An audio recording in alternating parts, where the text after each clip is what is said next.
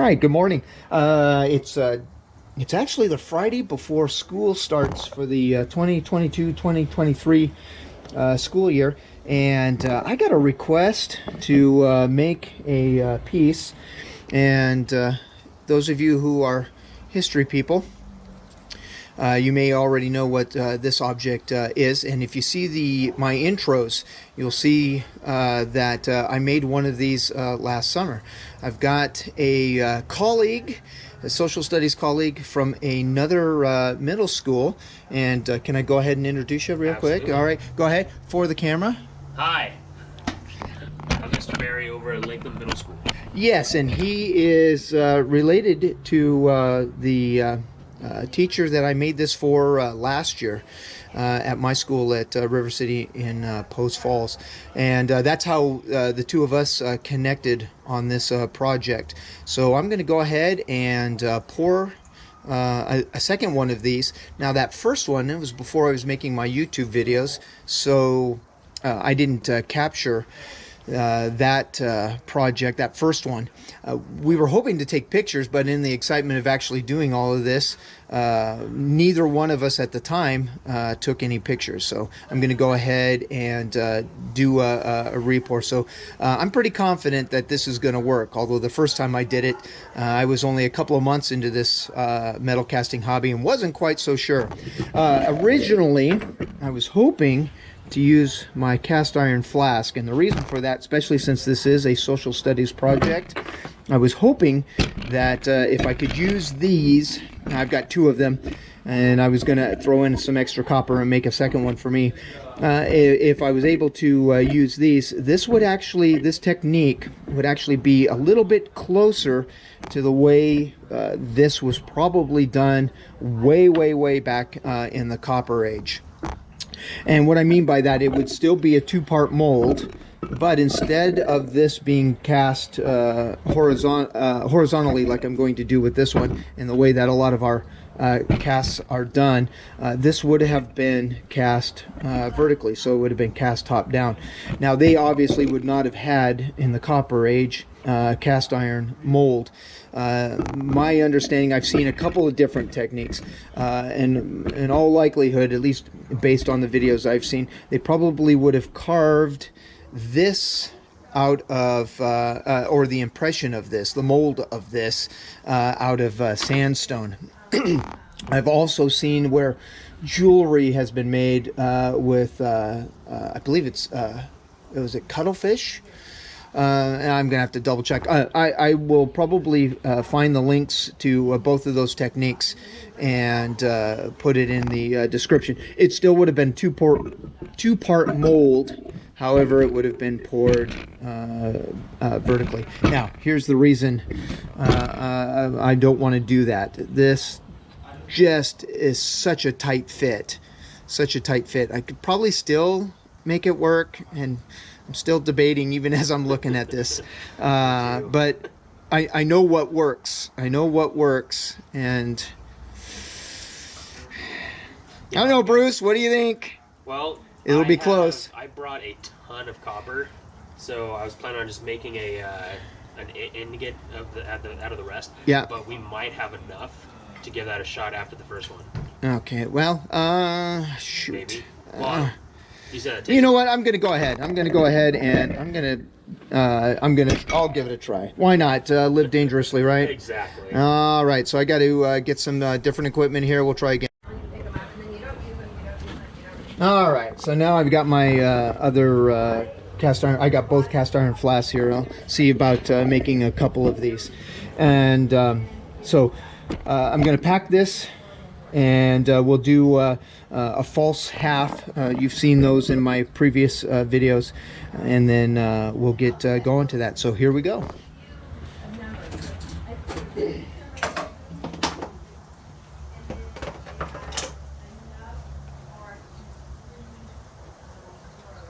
Moisturize it, that's pretty good.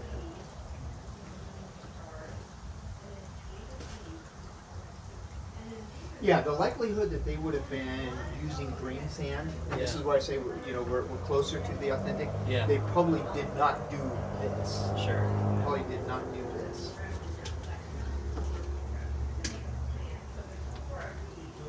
All right, so what I'm doing here first, Bruce, is I'm packing this half of the mold, and you'll see why here in a second.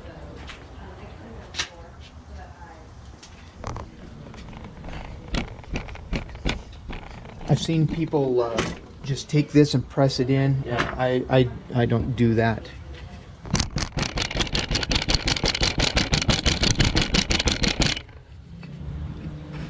Probably leaves a lot of the air pockets. It can. Yeah. And I want to get as much detail on both sides of your model. Yeah.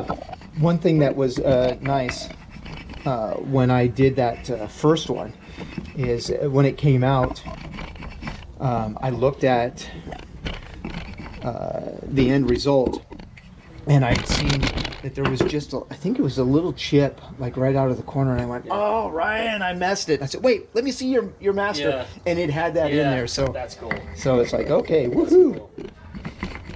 Yeah, we actually, as you can tell in this piece, we actually took another piece of wood and repaired it. Oh, okay. I thought I saw a seam. Yeah. And then we just kind of sanded it down from there.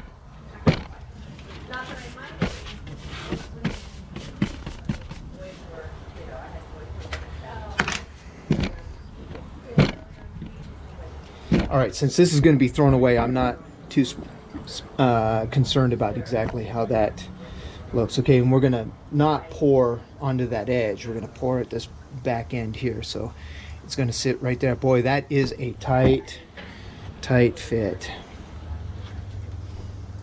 And this is just a...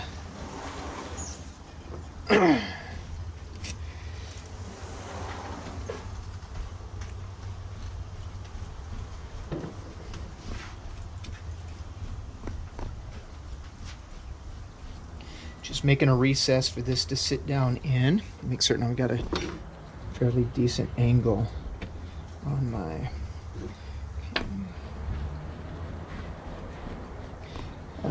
I've made several casts. You can actually look in there. The easiest one to see is the Anaheim that I made, but I made casts of several of my peppers to... oh, that's what I saw over there. Yeah, to use as pepper steaks. Oh, that's cool. And I use the exact same technique that I'm using right here.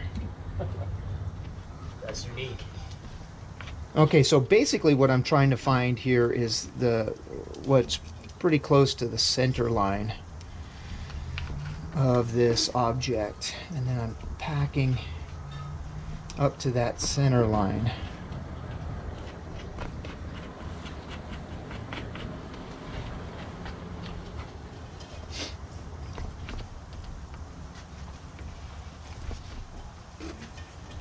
Brad, you excited about the new school year starting?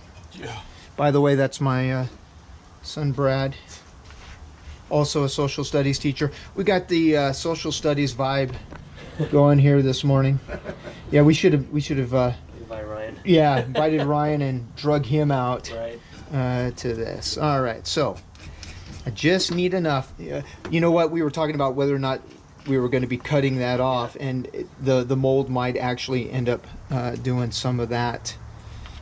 Anyway, we'll see. It is a tight fit. It probably could go a little closer to the end. Yeah, let me try that. A little farther down. There we go.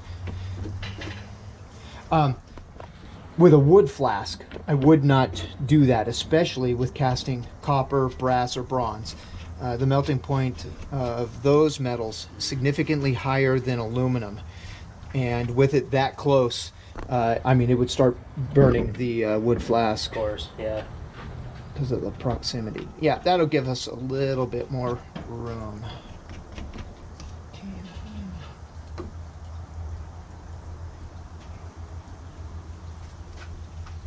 High right there.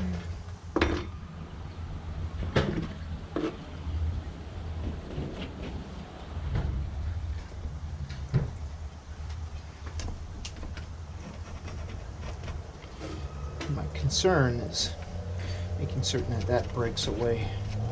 The two halves break away cleanly.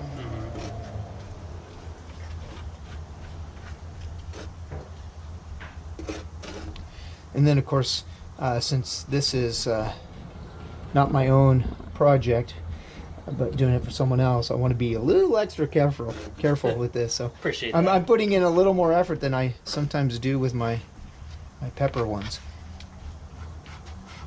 All right. That should be good there.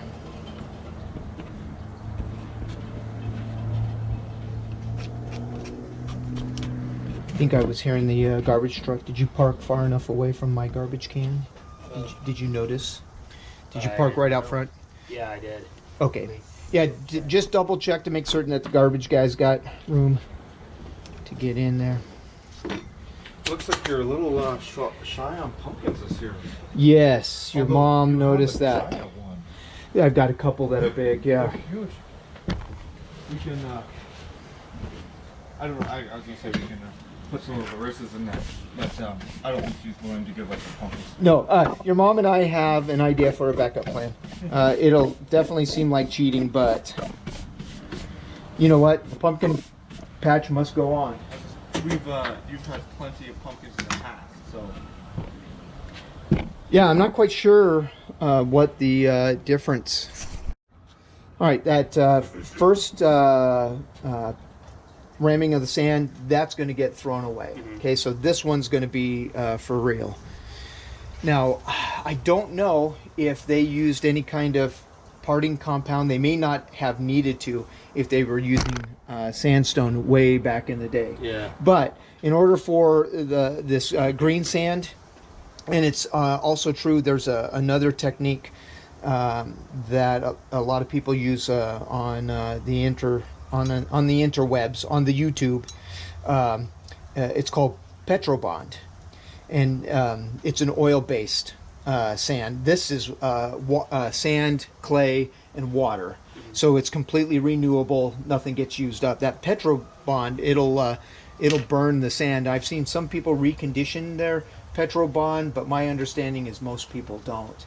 The other part of this hobby that I really like is that, except probably the most consumable item are the flasks if they're made out of wood. Yeah. Because they will eventually break down and burn up, and even if I miss pour, I pour over these cast iron ones. They're not going to go anywhere. Anyway, they may not have needed a parting compound like what we need for here. All right, this next stage, where's my sieve? I believe the technical term for sieve, and those who watch my channel, I've already explained this. I think it's, if I remember right, we're going to riddle sand. So basically this is facing sand, and the point and the purpose of this is to capture that fine detail on whatever mold. This is what this is the magic part in good casts. And so you just sprinkle that sifted sand over the top, and then we'll just put more on top of that. Now this, I'm packing down in these in this smaller flask. I typically don't do that in the larger flasks because they're just too big. But here, these flasks are so much smaller. And then you just want to ram that sand down, pack it in real nice.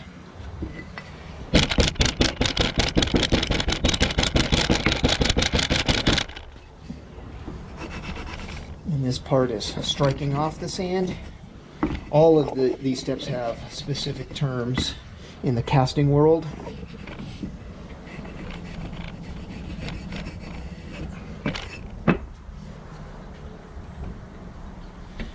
And then I often do lots and lots of brushing and cleaning up just because I like a clean work area, yeah. Usually my work area is confined to this board.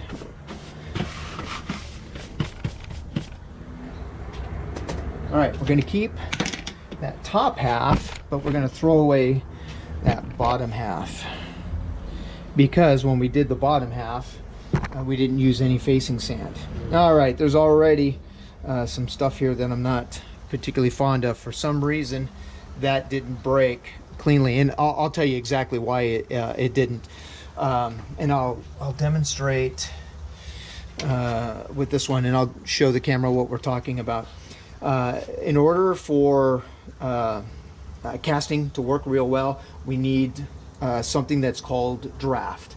I don't know how you put draft in to an object like this, but basically what it is, it's an angled area so that when it comes out of the mold, it comes out cleanly. Not only do the sides and edges need to be drafted, but here I've got this is for a future project. It's going to be related to my small aluminum boat. Even the image itself needs to be drafted. There needs to be some sort of angle. Yeah. So like for my ingots, which you'll see when I ram up some of that to pour the extra, you can see the angles on the side. Right. And the printing there is all beveled, so that it comes right straight out. Now, this is not lost by any stretch of the imagination. It's still going to cast, I think, quite well. However, it means the cleanup that you and Ryan are going to do will be more extensive. Okay. Okay? So that's the only thing. And I'm trying to decide, I think I'm going to go ahead and clean this off. And what we'll do is, because we're going to redo that side anyway, so I'm going to, again, take that to the center line.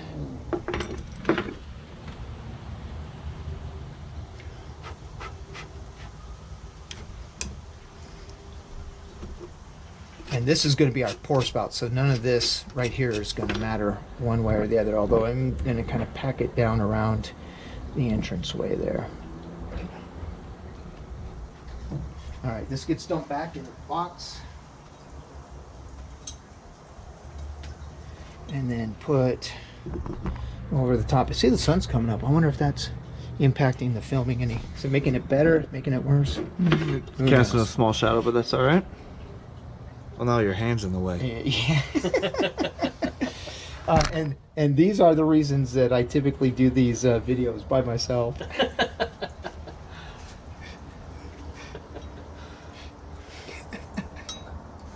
Hey, we haven't started talking football in this video yet, Brad. I see the Raiders unloaded that. Thank goodness. That yes, and guy, even more positive is that there's a bunch of teams that might want him. So hopefully the Raiders get. You're talking about that offensive tackle? Yeah, that first round draft pick. Chicago's already picked him up and paid his salary. Are you serious? $8 million. Oh yeah, see that the Raiders saved. Oh, see, that's beautiful. That's beautiful. It's like the Khalil Mack trade 2.0. Like, yeah, right. What? Two veterans have already actually been brought in. Okay, so I'm glad to hear that it was Chicago, because I had seen a headline saying that what happened with that guy showed another John Gruden failure. It's nice that Chicago decided to fix that again. Yeah, because Khalil Mack obviously didn't bring a whole host of Super Bowls to the... 3 years that he was in Chicago, or was it just 2? Was it more than that? 3 years where he actually played a full season. It's all I think blur. Chicago won the Super Bowl every time. Because yes, they did. Because That's not of what happened. because of Mac. Okay, so we're talking football there, and I wasn't describing. So we redid the first half, and you saw that I put the facing sand on there. That's to get the detail on that side. And now we're just going to pack this again, just like we did the first one.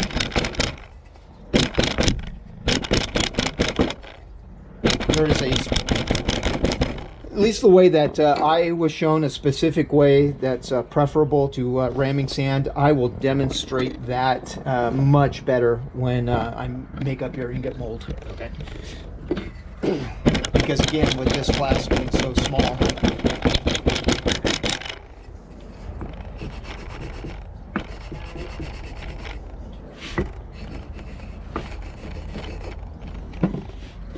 that's not going to matter. Same with this, but I always like to tidy it up.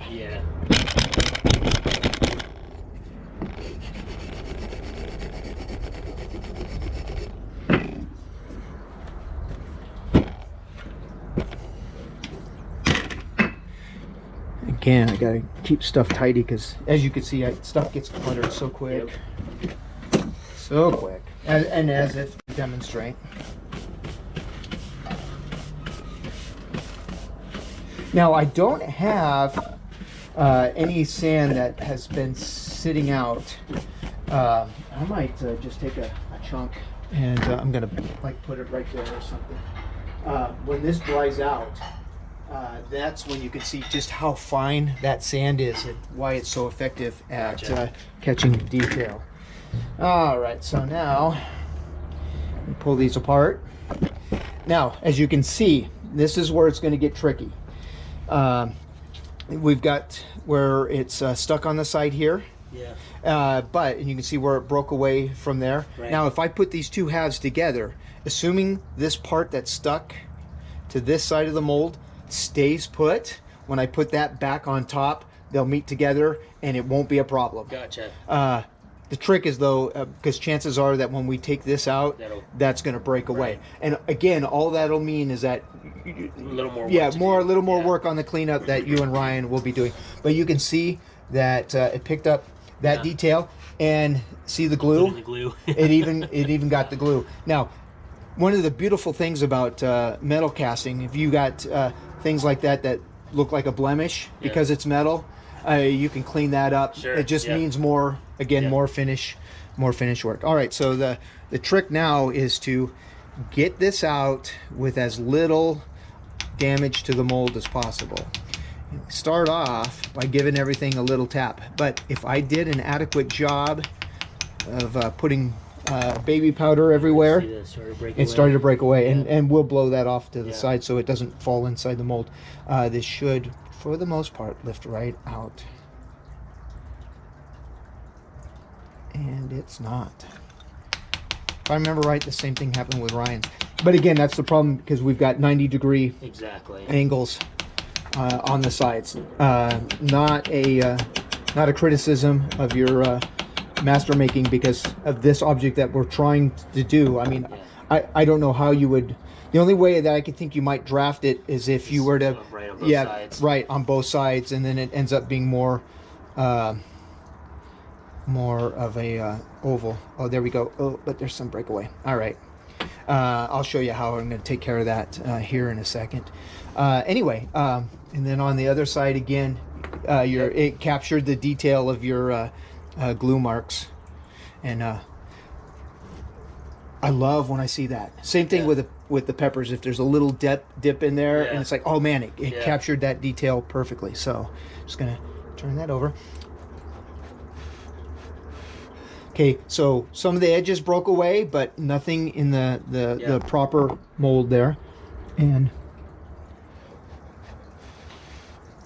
same thing there. Okay, and then this just goes right back on top. It's lined up with those 4 pins. Now, we would not dare pour this just like this because copper's pretty heavy. Yeah. And it would push the two sides apart. And I was wondering about that. So this is another thing where we're going to divert from the historical norm. To be honest, I'm not sure how they would have held some of those molds together. The only thing that I could think of is maybe they used some sort of leather strapping or something like that and just tied it real tight, which means then it may have only survived, one mold. Right. I don't know.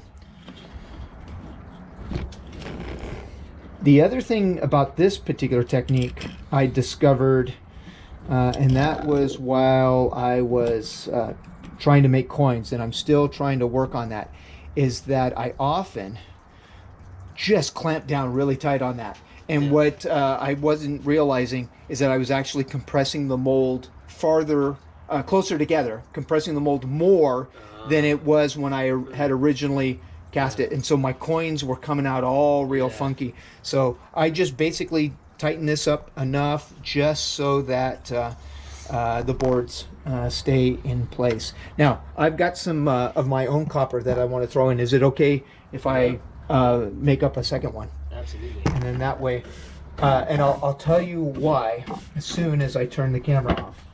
why I want one rather than using Ryan's.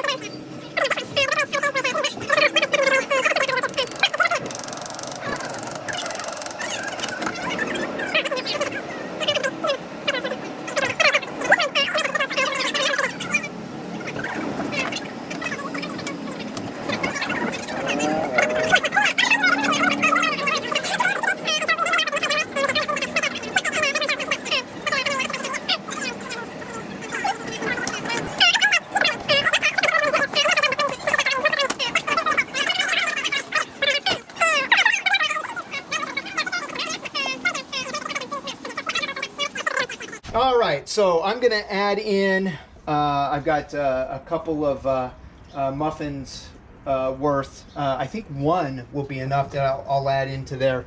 I don't think, looking on the amount of copper you have there, it's quite possible all of that will fit inside one of these, but I always like to err on the side of caution.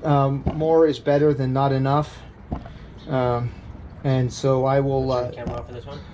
No. Well, yeah, I may. In fact, that's a good idea. Your students might want to see that.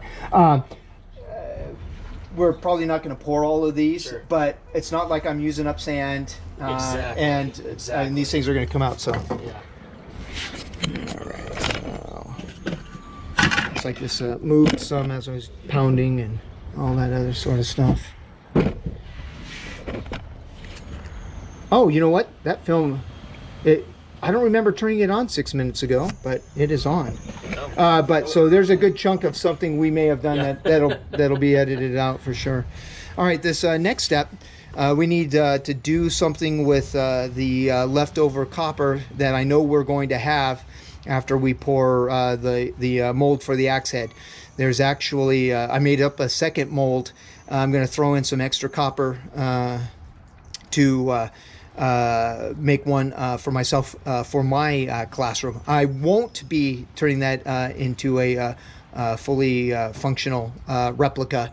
I just want the axe head, since the emphasis in my classroom anyway is just on the casting process itself. So we need to do something with that extra metal. Those of you who've watched my videos before, you know what's going to happen here. So we're just going to make some cavities. I don't think we've got so much extra copper that we're going to have 3 ingots worth, but I'm going to just err on the side of caution. More is better. I'm going to go ahead and make room for 3 ingots. These ingots, this size, is enough for about 1.5 pounds of aluminum, and if I remember right, copper is 3 times as dense, which means then we've got potentially up to what would that be, 4.5 pounds here. So 4.5, 9. Another 4.5, was that 13.5 pounds. I don't even know if you have 13.5 pounds. Not even close. Yeah, of copper. So actually, I probably should have done the math first, and I could have dialed it in. Sometimes I go through that exercise.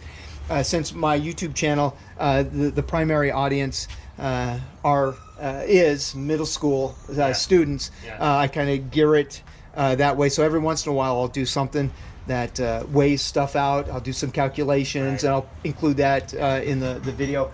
Sometimes, I think I did once for the Valentine's one, I made a brass heart, and trying to figure out how much brass I was going to need, I did some water displacement and that's cool. and calculated volume based on that, and so obviously, I'm a social studies and I'm an English teacher. I'm not a science teacher, but I can throw in some stuff that can keep up with some of that middle school science. Right.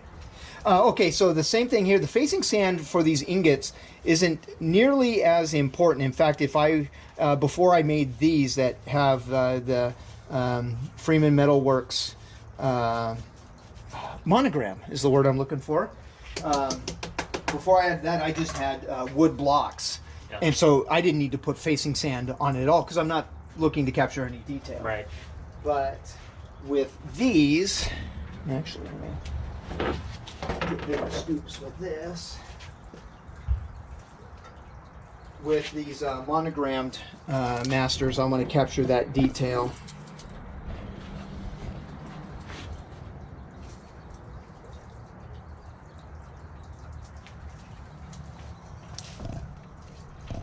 Brian, what do you got planned for today? Whole lot of nothing. Gotta clean up the house. That's it. I keep thinking, oh, it's Saturday. I know. Yeah. Not a Feels work. like it. Feels like it. Every about 30 minutes, I get really excited for college football, and then very disappointed that it's only That Friday. it's only Friday. All right, now this is the Flask System, kind of that horizontal two-part that I used more often. It's got the way I was shown anyway was a specific way of ramming the sand. So you can see here with the ram, and I'm showing the video here, there's a tapered side and then there's kind of a block side. You start off with the taper side and basically go around the inside perimeter.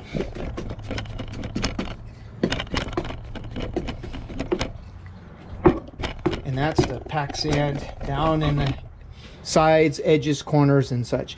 And then again, still with the tapered side, you go across. Now, the guy who was telling me this, and I got caught up because I was, you know, I don't know where my head was. He goes, you go east, west, and north and south. And so he tells me that, and I'm thinking, which way's east? And so when I tell people, you go side to side, Left to right. and then up and down. Yeah, left to right, and then forward to backward. Mold always has to face north. Yeah, exactly. It's like, what the heck? Which way's north? Which way am I starting? Where am I going? Sometimes I think just a little too literally. Start carrying a compass. Yeah, right. You know, the key to making this work is you've got to be matching the magnetic lines of true north. And then on the second go around, you just switch it over and use the block end. And then again, it's side to side and then front to back. On a modern history note, today was the official surrender of Japan in 1945. Oh, okay. You see, we needed to get some history in there other than just general. We needed the specific. Yeah.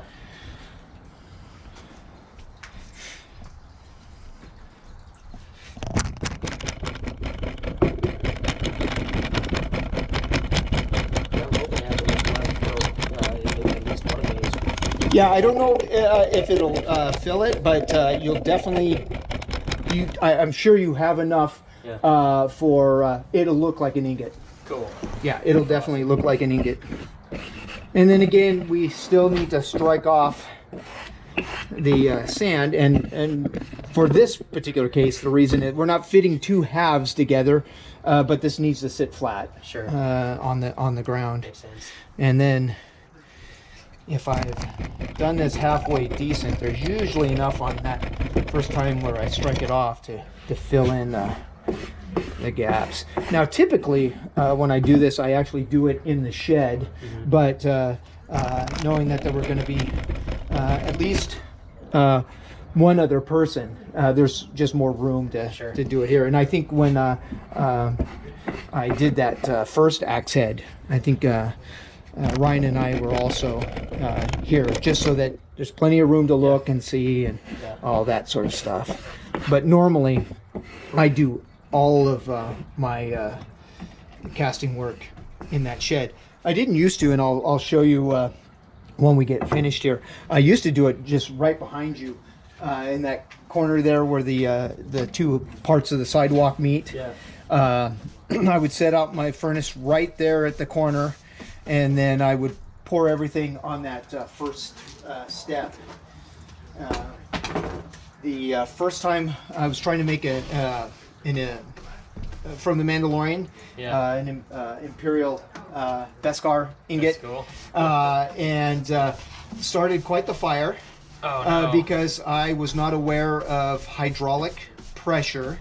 We're not going to have to worry about that with these because we've got the clamps on the sides. But when you do a top to bottom and you're pouring, particularly the denser metals, so copper for sure, brass and bronze, and then absolutely for lead and bismuth, because those two metals are significantly more dense than even copper and its alloys, brass and bronze. And I'm pouring, so this was just aluminum, and I had no clue. And yet the pressure on the aluminum, the weight of the aluminum was still enough that it lifted that top half. Metal went out the side, but it was on the concrete, so it was not a big deal. And I thought, oh, I've started a fire. I'm gonna love this hobby, and was pretty jazzed about that.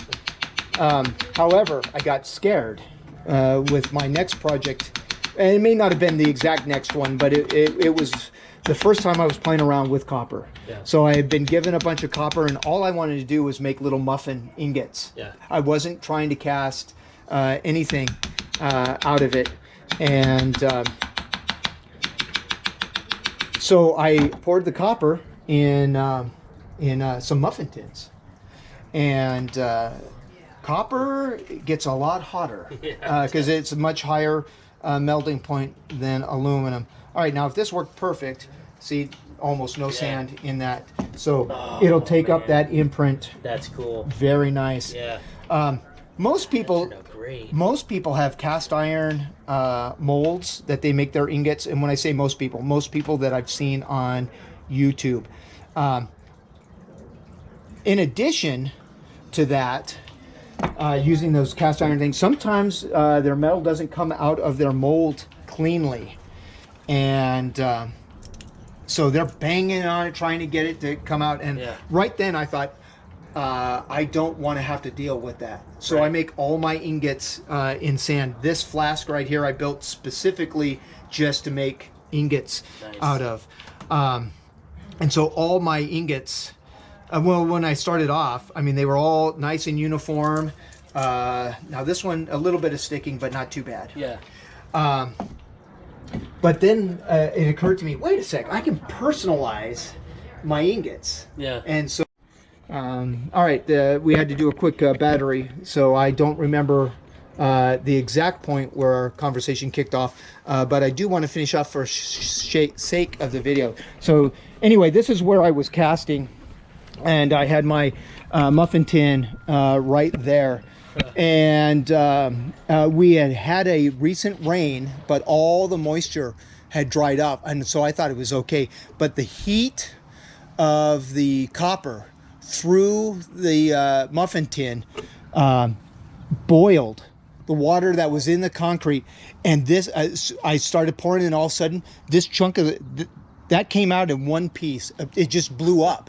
It went boom, and of course I've got molten copper, and I had 3 muffin tins worth in there. So I thought, oh my goodness, I'm blowing up my sidewalk.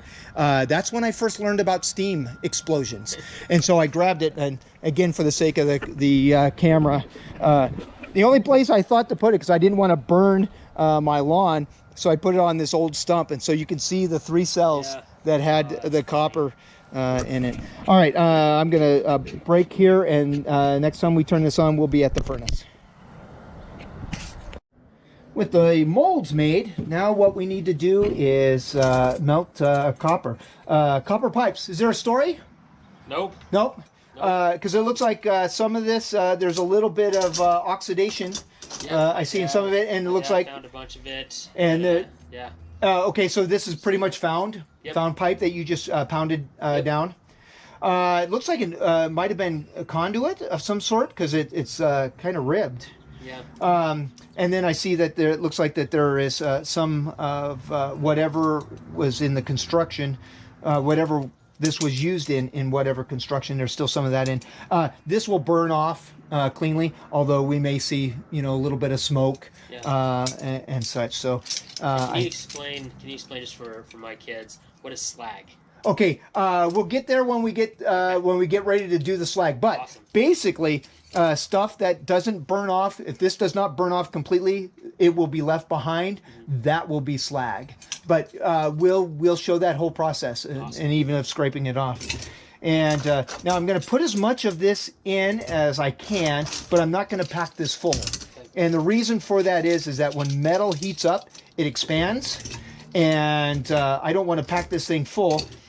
Metal heat up, expand, and then crack the crucible. So we're just gonna lightly pack this, and then as this melts down, we will add more. Oh, it looks like you've got a couple different types of material in here. A lot of different types. Yeah, and then I bought a bunch of ground wire too. Okay, and then that is copper pipe. Yeah, this other stuff looks like some sort of conduit stuff. All right, and then this is just going to go right into the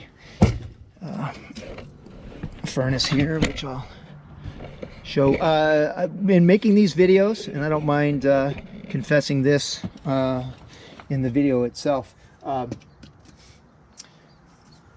Filming adds a whole layer of complication on this. Sure. I haven't been too concerned, but I've practiced a few, so I'm pretty confident that the angle that I had there was a pretty decent angle. Yeah. But you're always mindful, at least I try to be mindful. Okay, so where am I standing? Am I in the way? Am I getting a good shot? Whatever it might entail.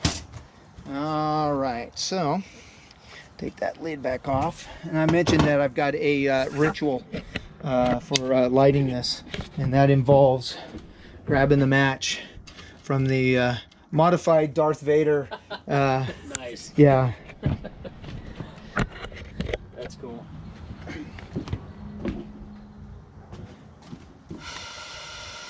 And then when I light this and I drop it, I'll do the match in slow motion as it falls in.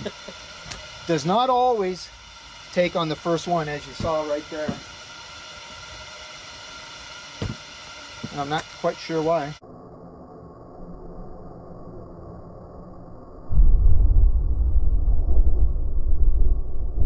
There we go.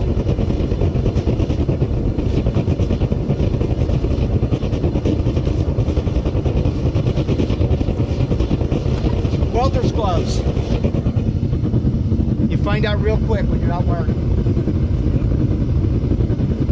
Now, I will not film the whole melting thing because copper can take up to a half hour. Aluminum, that can be anywhere from 10 to 15 minutes. Yeah, that's pretty fast. Yeah, it's very fast. And I tried, I was learning to weld. I did a bunch of TIG welding. And I tried kind of welding on aluminum, and it's easy just to blow it out. So we'll turn this off, and or at least stop recording.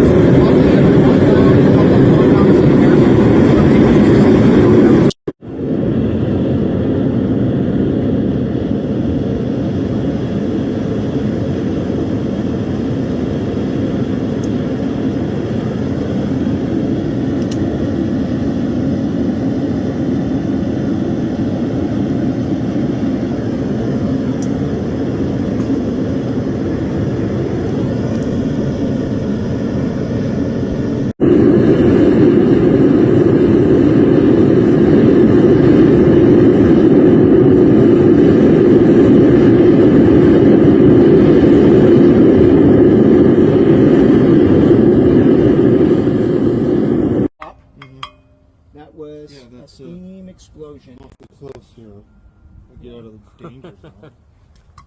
And there's some more. All right, there's our slag. That was really clean.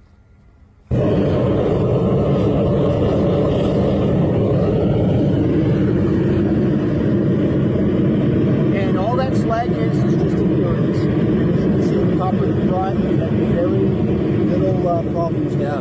So some of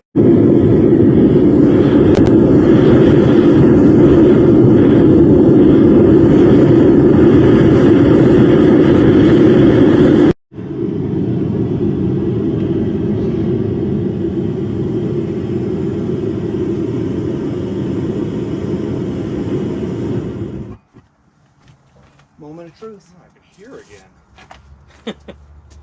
Don't be alarmed if that catches fire over there, because there is some plant material. I'm always caught by surprise by how much heavier this is.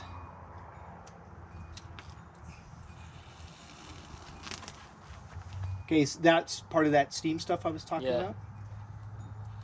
But it looks like a good pour though. Yeah. Look, I mean, look at that. That's so gorgeous, that molten copper when it pours. There's quite a bit more than I thought. Do you think it filled the first one? That Yes. filled quick. Yep. Okay. Yep, I'm pretty confident of those pours. Nice. Now, this furnace, we're awesome. just gonna let Sit. sit, Yeah. and I'm gonna let it sit all day. I will, though, disconnect the pane.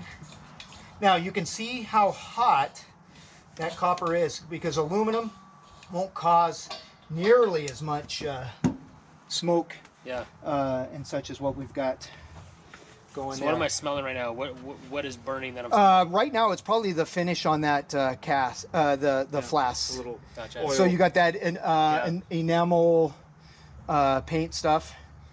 This is the hottest those molds Did have you ever make gotten those? in. Did you make those Oh flasks? no, I bought them. could, I though, may make some aluminum ones, because I saw this and I went, oh my goodness, you can cast aluminum and cast aluminum.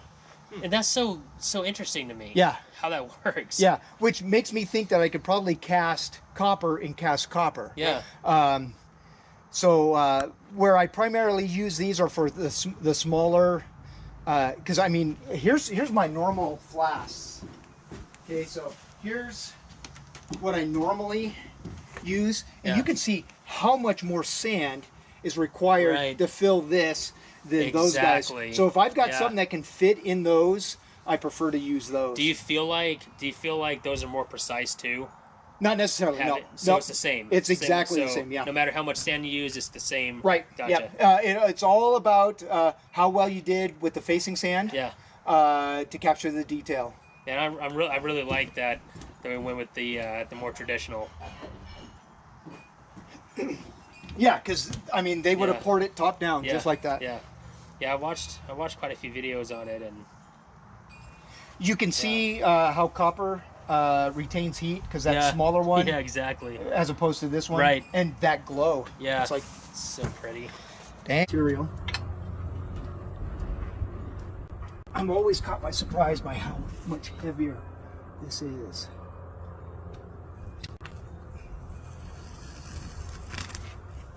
Okay, so that's part of that steam stuff I was talking Yeah. about. But it looks like a good pour, though. Yeah. Look, I mean, look at that. That's so gorgeous, that molten copper when it pours. There's quite a bit more than I thought. Do you think it filled the first one? That Yes. filled quick. Yep. Okay. Yep, I'm pretty confident of those pours. Nice. All right, here we go. Let's see what this first one looks like.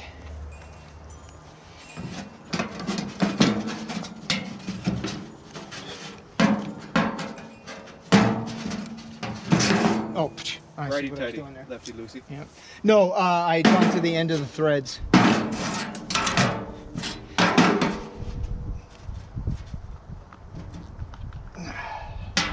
Oh, Ooh. Oh yeah, that turned out great. Oh, I should be showing the camera too. Okay, that first one. Now, we can't see the detail yet. Yeah. And I can't hold this too long because that is still very warm. I can't see the detail yet because it's obscured by the sand, but let's dig a little deeper. And I'm trying to do this without marring the surface. Okay, so you can see it. That crevice is intact because I scraped that flush. All right, there we go. All right, we got a better view of where the handle's gonna go. Okay, so there's the first one, and it looks like it captured the details of the glue repair and also the grains of the wood. You can see the grain of the wood. Yep. But a little bit of flash there, but not too bad. Yeah, and then you'll just cut that straight off from there. Okay, so that was the first one. Let me set it there. Okay, you may not be able to see it. There is a burn spot, and that's where one of the copper muffins landed one time.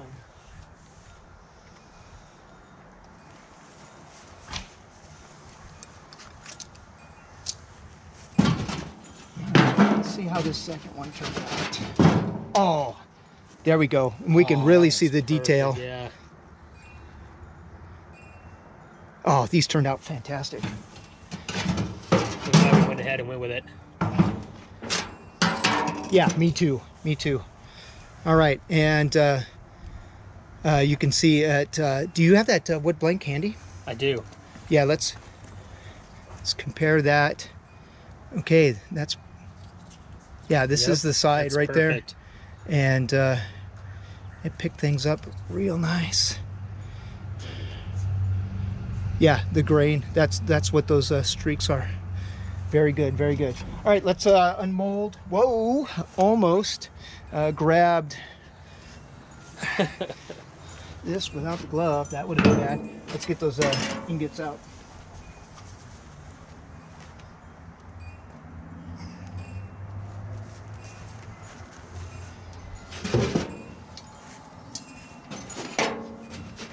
Man, I can feel the heat off of that.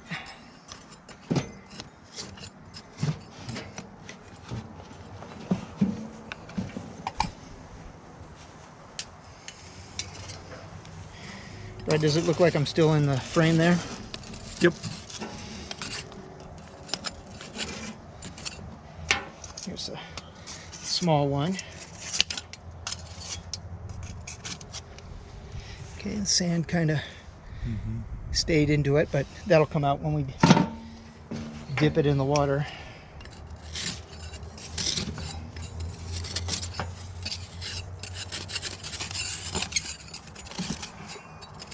Boy, this really grabbed on. Oh yeah, and that monogram turned out real nice. All right, we're gonna switch the camera because we need sizzle time.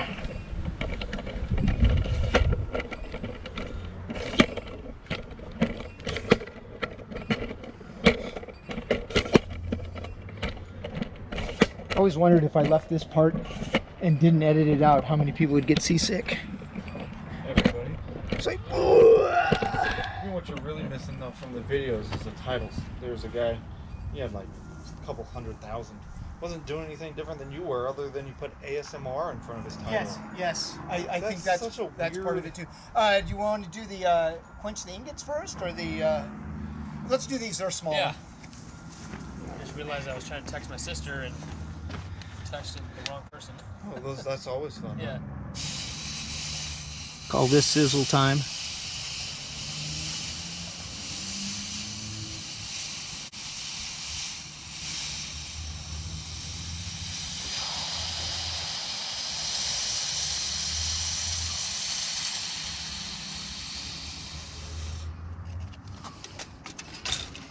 There's one. And is there a benefit to doing it slower? Just doing it for drama. Okay. It doesn't. See, this is why I could go ASMR. Yeah. It doesn't warp though, right? No. As you're going slow, as it would cool and fold? Not that I'm aware of. Okay. But you know what? You tell me if you use this axe and it seems a little warped. You go, oh, you know what? I know where that goofed.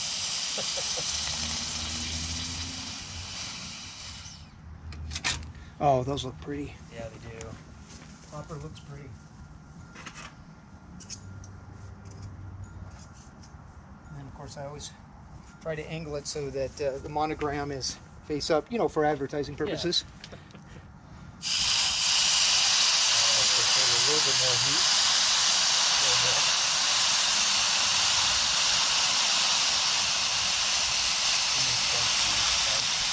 Yeah. And the fact that there's just so much more material in the axe head.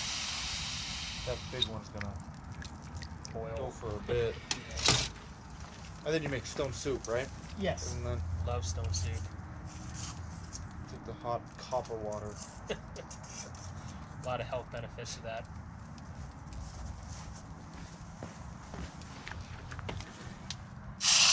Just